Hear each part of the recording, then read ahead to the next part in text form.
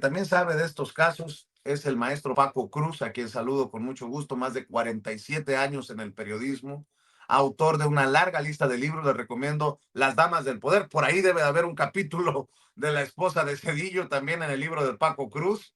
García Luna, El Señor de la Muerte, y también Tierra Narca. Aprovechemos para recomendar Tierra Narca del querido Paco Cruz, orgullosamente miembro de esta familia sin censura. Querido Paco, pues se ponen las cosas color de hormiga. Y bueno, te saludo con mucho gusto primero, Paco. Vicente, buenos días. Está explosivo, ¿no?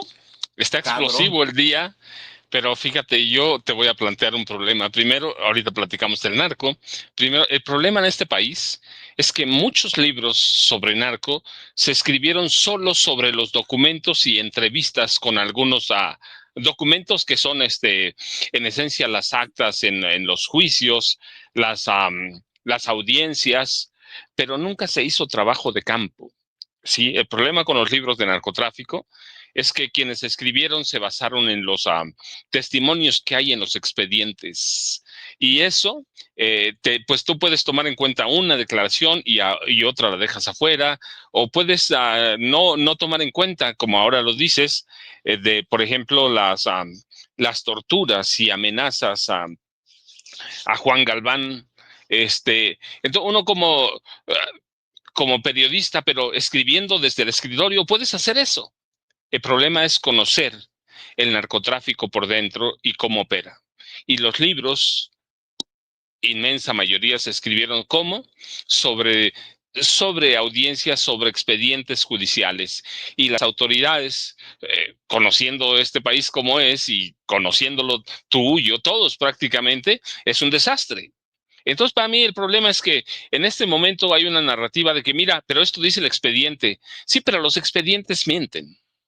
Los expedientes los elaboran ¿quiénes?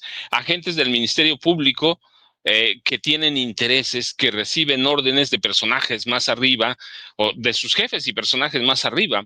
Entonces, el caso del, de, de, del general Gutiérrez Rebollo es parte de eso, es en parte. Podemos luego hablar de la carrera como militar de Jesús Gutiérrez Rebollo, pero hablemos sobre los libros, ¿sí? El problema es que es eso, basado en expedientes y no en campo. Y eso le quita mucho valor. Claro, se venden mucho se venden los libros, y entonces de pronto quedan como una verdad absoluta, como una verdad cuando los escribieron sobre qué, sobre documentos. Sobre documentos, y yo te puedo decir otras verdades, por ejemplo, pero además que las trabajé en campo. Las trabajé en campo sin conocer a César. A César, tú sabes, lo conocía en Sin Censura. Hicimos un clic inmediato, amistad, ¿va? Amistad que no ha pasado más por ejemplo, de manejar casos de narcotráfico. Hablamos sobre narco en las mesas de debate, pero nunca nos hemos ido a tomar un café a ver qué sabes sobre el narco. Cada quien tiene sus cosas aparte. Lo que yo puedo decirte, digo, sin quitar, o perdón, quitando la carrera militar de Jesús Gutiérrez Rebollo y poniendo las cosas en perspectiva. La realidad es que él entregó en su momento al general Enrique Cervantes Aguirre documentos que mostraban, pero que además los publicó en libros, ¿eh? Todo esto que te platico está publicado. Entregó al general Enrique Cervantes Aguirre, cuando era secretario de Defensa, a investigaciones en las que ahora, bueno, yo ya decía que existían esas grabaciones, que existían, y después supe que César las tiene. Mira, si yo hubiera sido otra, se las hubiera pedido, se las habría pedido, pero él las entregó a la prensa. ¿Por qué? Porque no hay, fuera de eso, supe, y así lo publiqué, porque además tenía validado todo eso, que el general Jesús Gutiérrez Rebollo entregó a al general Enrique Cervantes Aguirre, en su calidad de secretario de la Defensa Nacional, evidencias, casetes, documentos, fotografías sobre los vínculos, primero de la familia de la esposa de Ernesto Cedillo Ponce de León, es decir, el papá Fernando Velasco Márquez y sus hermanos Fernando y Francisco Velasco Núñez, y sus nexos con el cártel de Colima. ¿Qué era en esa época el cártel de Colima? Pues eran los reyes de las metanfetaminas, los reyes de la fabricación, producción y tráfico y narcotráfico o tráfico de drogas de diseño. Y lo controlaban ¿quiénes? El papá, el suegro de Ernesto Zedillo. ¿Lo sabía Zedillo? Pues claro que lo sabía. ¿Lo sabía Nilda Patricia? Pues claro que lo sabía. ¿Era ella la primera dama con nexos en ese sentido con el narcotráfico? Claro que no. La esposa de Luis Echeverría Álvarez había tenido mucho que ver con el cártel de Guadalajara. Entonces, Gutiérrez Rebollo entregó esos documentos, pero además entrega otro paquete adicional en el que hay evidencias sólidas y lo mismo, archivos de investigaciones en el que vinculaban al presidente Ernesto Zedillo con el cártel de Juárez, abiertamente. Y ahí empieza toda la desgracia, ¿sí? Toda la desgracia del general Gutiérrez Rebollo. Toda la desgracia, ¿por qué? Porque el ejército ya no cargó solo contra Gutiérrez Rebollo, sino contra sus personajes más cercanos. Incluso, por ejemplo, bueno, pues eso César no me dejará mentir, su familia fueron víctimas de tortura. Entonces, si el general Gutiérrez Rebollo tenía vínculos con el cártel de Juárez, por lo menos hasta hoy no se han demostrado más que en esos documentos, ¿sí? Más que en esos documentos. No estoy diciendo que no los tenía. Son cosas distintas. Estoy diciendo que los libros que se escribieron sobre las investigaciones de la PGR. Y la PGR en un momento recibió órdenes de Zedillo. ¿Para qué? Pues para inculpar, para atacar al general Gutiérrez Rebollo. Entonces, supongamos que sea cierto que el general Gutiérrez Rebollo tenía vínculos con el narcotráfico. ¿Y por qué no se dieron a conocer los vínculos de Zedillo con el cártel de Juárez? Los vínculos de la familia de el papá y los hermanos de la primera dama que controlaban el cártel de Colima. Así que ¿qué pasó? Pues que todos los libros se escribieron así. Nadie se metió a investigar qué eran las drogas de diseño, quiénes las producían, a dónde estaban, por dónde en su momento, por ejemplo, estuve en Colima, estuve en el puerto de Lázaro Cárdenas, a donde llegaban los precursores químicos protegidos por la familia del presidente y del secretario de Educación, incluso, porque esto empieza cuando Zedillo era secretario de Educación, un poquito antes. Era poderoso aprovechando el poder de su yerno, el papá, el suegro de Zedillo, y se permitía introducir a través del puerto de Lázaro Cárdenas y de Manzanillo precursores para la producción de drogas de diseño, le decían. Sí, drogas de diseño, metanfetaminas, que luego darían paso al fentanilo. Así que nada de eso, todo eso se olvida. Todo eso se olvida. Y lo que yo relato una historia que Nilda Patricia vivía siempre con miedo pegada a Zedillo. Y siempre insisto, tenía miedo, sí tenía miedo de que, por ejemplo, Carlos Salinas de Gortari, la mafia de Carlos Salinas de Gortari matara a su esposo. Tenían pánico, tanto que mandaron construir en Los Pinos un portón de acero, de hierro forjado, y Zedillo dio la orden que por ahí no pasaba nadie más que él, la primera dama y los hijos de ellos. Nadie podía pasar. ¿Por qué? Porque tenían miedo de un atentado coordinado por Carlos Salinas de Gortari. Pero después lo que voy descubriendo es que Nilda Patricia vivía pegada a Ernesto Zedillo Ponce de León, el presidente, porque tenía miedo también de un atentado a narcotraficantes.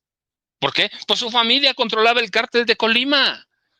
Así que cuando está Gutiérrez Rebollo en el Instituto Nacional de Combate a las Drogas, él ya tenía documentado cómo desde que Ernesto Zedillo era secretario de Educación, su familia política estaba ahí atrás. Ernesto Zedillo, siempre decimos, era un gris secretario de Educación, era un papanatas, era todo. No, pero era un hombre con poder.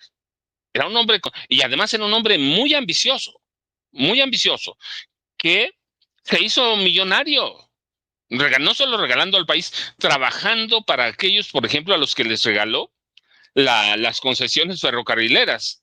Así, y de quienes eran socios ¿De quiénes eran socios? Los hermanos de Nilda Patricia y el papá. Pues nada más de los hermanos Amezcua, que eran,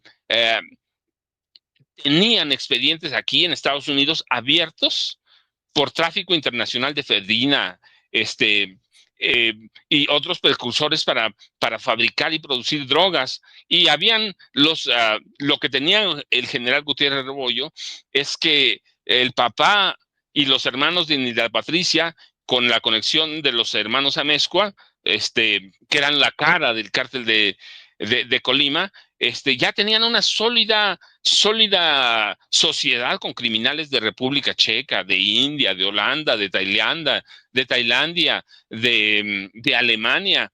Es decir, tenían una organización criminal a nivel internacional. Y eso fue lo que tenía Gutiérrez Rebollo. Eso fue lo que encontró, lo que le entregó a la Secretaría de la Defensa Nacional. Incluso le entregó evidencia de cómo el papá de Nilda Patricia y los hermanos, y con los hermanos Amezcua, que eran la cara del cártel de Colima, tenían relación ya con narcotraficantes en El Salvador, en Honduras, en Nicaragua, en Ecuador, en Perú, en Chile, y que tenían un proyecto para rivalizar con el cártel de Sinaloa, que después en el gobiernos posteriores, en el de Calderón, lo hicieron con el cártel de Jalisco Nueva Generación. Entonces tuve, pero esto yo no lo supe por documentos. Que tenía documentos, lo supe porque fui a Colima, porque fui a los puertos de Manzanilla, de Lázaro Cárdenas, porque me fui a vivir a Ciudad Juárez, me fui a vivir a Tijuana, fui a vivir a Colombia, pasé a Perú, es decir, hice trabajo de campo y eso lo combiné con documentos. Hasta hoy, eh, en las Damas del Poder puedes encontrar eso. Eso de las relaciones de la familia de la esposa de Cedillo, de la Patricia Velasco Núñez, con el cártel de Colima. Fíjate, Pero lo que Paco. te oigo, Vicente.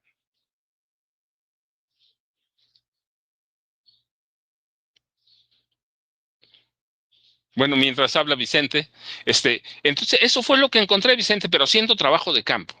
Que la familia política de Cedillo estaba hasta las manitas. Ya te Fíjate. oigo, Vicente. Fíjate qué extraño, me sacó el sistema. Estamos hablando de esto y me botó el sistema extrañamente, mi querido Paco. Yo lo que quería aportar es que una persona, no voy a decir cómo se identifica en el chat, pero dice Paco Cruz, a Fernando Velasco lo asesinaron y dijeron que fue accidente. El primo hermano de Nilda Patricia Velasco era mi cuñado. Los hermanos Fernando y César Velasco vivían en Cuauhtémoc, dice esta persona que te escribe en el chat en vivo y en directo. Perdón por interrumpirte, maestro. Qué extraño esto de que nos botaron del sistema, pero bueno, hasta yo ya regresé después de esta situación tan extraña en la transmisión, mi querido Paco. Entonces, tú ves, Vicente, es decir, es una gran diferencia escribir un libro sobre solo documentos oficiales. No importa que sea un expediente de la PGR, los expedientes de la PGR mienten, que escribir un libro basándote en viajes a los lugares a donde está el narcotráfico. Por ejemplo, llegaban al puerto de Colima y al puerto de Lázaro Cárdenas cargamentos de China y de otros países, de Alemania. Nosotros hablamos de China, pero de Alemania, de Holanda, de India. Y esa era una red de narcotráfico de los hermanos de Nilda Patricia, de Nilda Patricia Velasco Núñez y del papá de Nilda Patricia. Y nunca nadie, hasta que salen las primeras damas, las damas del poder, se conoce esto. Y yo sabía que César debía tener documentos, pero nunca hablé con él. ¿Por qué? Porque yo hago mi trabajo aparte, porque los documentos que yo obtengo, por ejemplo, de la PGR de otras instancias, primero voy a los lugares a donde se da. y después me involucro. Cuando escribí Cártel de Juárez, me fui a vivir 4 años a Ciudad Juárez. Cuando hablo de Amado Carrillo Fuentes y sus nexos con Ernesto Zedillo, es porque fui a Ojinaga, a donde se formó se formaron Amado Cipriano y Vicente Carrillo Fuentes. Eso es diferente. Y lo que te puedo decir, Ernesto Zedillo era un capo. Lo mismo hice con Enrique Peña Nieto. Sí, pero Amado Carrillo Fuentes tenía nexos muy sólidos con, con el presidente Ernesto Zedillo Ponce de León. Y luego lo que yo deduzco además, sí, no solo deduzco, sino que documento paso a paso y voy ofreciendo evidencia, que Ernesto Zedillo, para enfrentar a la mafia narca de los Salinas de Gortari, toma una decisión, no sé de quién fue producto del consejo, pero toma una decisión que le vendría a salvar la vida o lo vendría a salvar de los Salinas. Saca del ejército a un comando que se llamaba Zulu, un comando especial, de esos soldados que sirven para todo, que no los mata nada, ¿sí? Los superhombres, al comando Zulu, y lo entrega al cártel del Golfo. Y ese comando Zulu decide acortar su letra para que no lo relacionen y se llama Comando Z. Y trabajan para el cártel del Golfo. Entonces ya tienes idea para dónde voy. Zedillo crea los Zetas. Así como documento en su momento que, que Felipe Calderón y Genaro García Luna crean el cártel Jalisco Nueva Generación, Zedillo crea a los Zetas. Y se crea una organización primero de matones, asesinos, para enfrentar a las mafias de Carlos Salinas de Gortari. Pero en las mafias de Carlos Salinas de Gortari hay un rompimiento.